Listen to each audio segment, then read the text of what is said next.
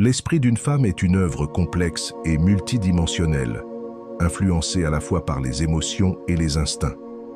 Lorsqu'une personne qui la courtisait auparavant avec attention et effort se retire soudainement, cela ne passe pas inaperçu. Cela déclenche quelque chose de profond dans sa psychologie. L'absence de contact peut éveiller la curiosité, la réflexion, voire la nostalgie. Mais pourquoi cela se produit-il? Qu'est-ce qui change dans ses pensées et ses émotions lorsque vous cessez de la contacter? Aujourd'hui, nous allons non seulement explorer ces réactions subtiles mais profondes, mais aussi appliquer la sagesse intemporelle du stoïcisme, en restant maître de vous-même, en dominant vos émotions et en embrassant le pouvoir du détachement. Vous comprendrez comment prendre du recul peut apporter de la clarté et même raviver l'attraction. Que vous naviguiez dans les incertitudes des relations modernes ou cherchiez à comprendre l'impact de vos actions, cette vidéo vous fournira les clés nécessaires pour déchiffrer cette dynamique fascinante. Restez avec nous, car ce que vous apprendrez pourrait transformer votre approche de la connexion et du contrôle. 1. La surprise initiale et les questions. Lorsque tu décides de cesser de contacter une femme, l'une des premières choses qui peut se produire est un sentiment de surprise ou d'incertitude de sa part. C'est une réaction naturelle. Une communication autrefois fréquente ou constante disparaît soudainement. Elle pourrait commencer à se demander « Qu'est-ce qui a causé ce changement? Pourquoi ne me contacte-t-il plus? Est-il arrivé quelque chose ?»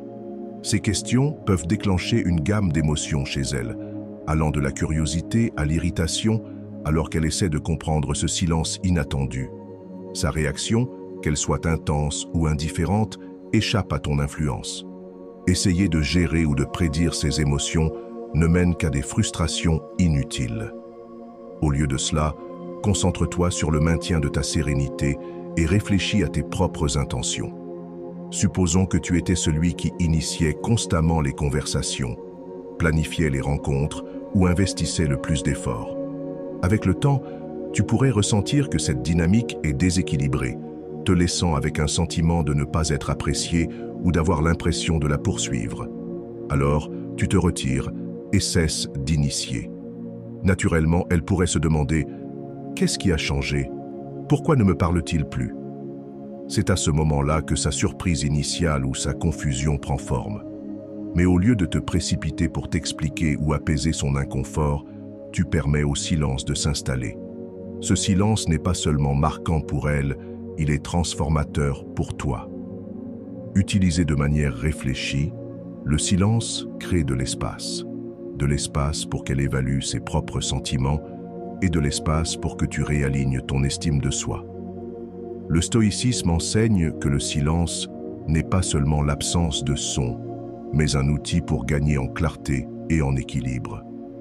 Pendant cette pause, tu peux observer tes propres émotions et laisser partir tout désir de poursuite ou de recherche de validation.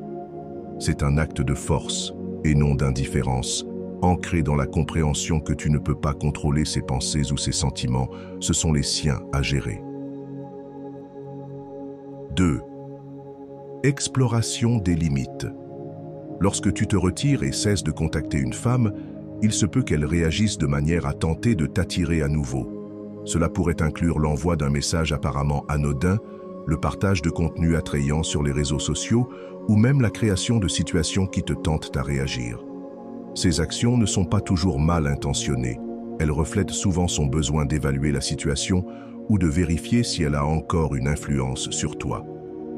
Dans ces scénarios, de nombreux hommes trébuchent en réagissant impulsivement, souvent guidés par la peur de la perdre définitivement, de la voir passer à autre chose ou de constater que leur retrait n'a pas eu l'effet escompté.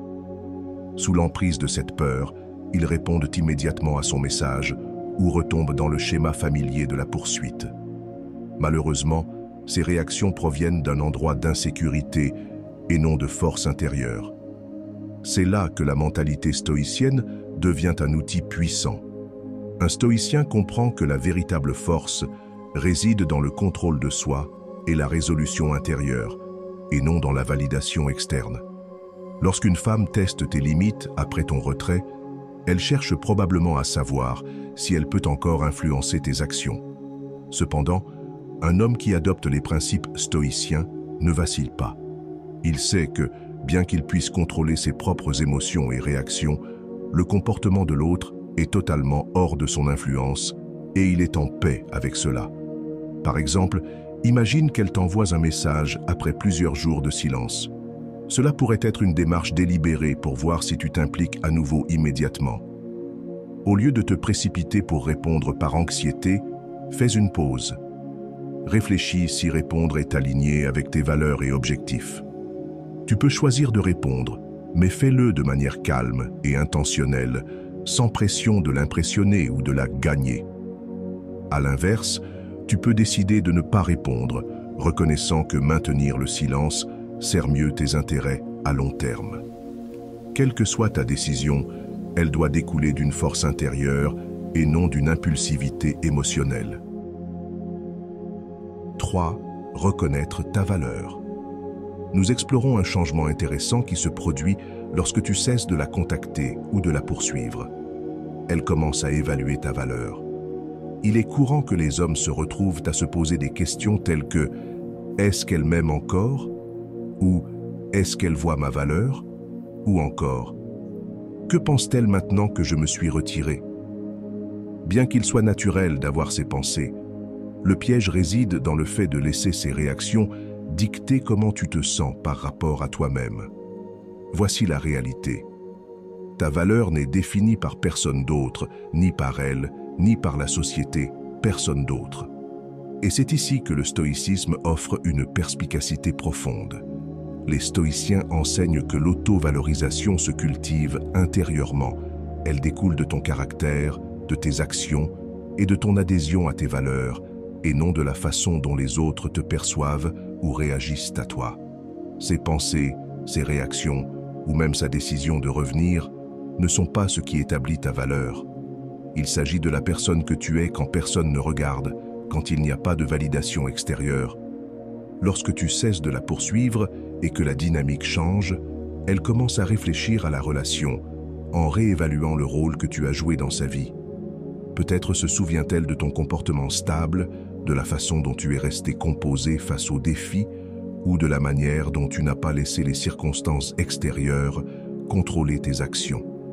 Mais pendant qu'elle traite tout cela, ton attention ne devrait pas être sur elle, elle devrait être centrée sur toi-même, sur ton propre sens de la valeur. Dépendre de son attention ou de son approbation ne fait que t'éloigner d'une véritable force intérieure.